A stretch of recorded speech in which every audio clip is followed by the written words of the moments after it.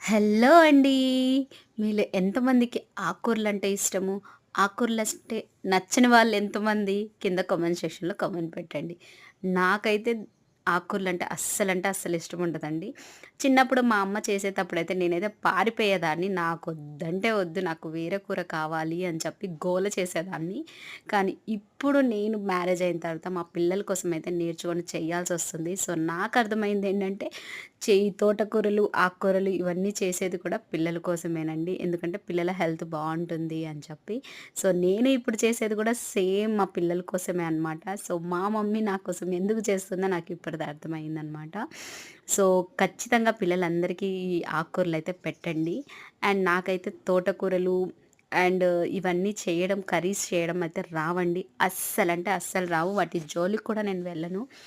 కాకపోతే ఈ మధ్య మా హస్బెండ్ చాలా మంచిది పిల్లలకి పెట్టు, పెట్టు అంటే నేను నేర్చుకున్నాను.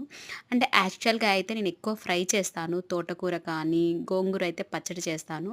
ఇలా కర్రీ అయితే ఎప్పుడు చేయనండి. కానీ ఇప్పుడెందుకు చేస్తున్నానంటారా?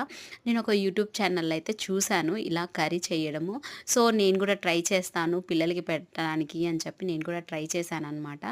చాలా అంటే చాలా బావుంది. అండ్ పిల్లలకి కూడా నేను అడిగాననమాట. ఎలా ఉందిరా అని చెప్పి.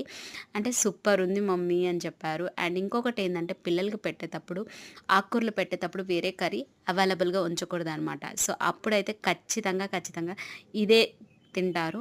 నాకు ఆ టైంలో మా మమ్మీ అలా చేసేది కాదు. ఎందుకంటే నేను తినను అని చెప్పేసి ఇంకొక కర్రీ చేసైతే పెట్టేది. ఇప్పుడు నేను నా పిల్లలకైతే అలా చేయటం లేదు.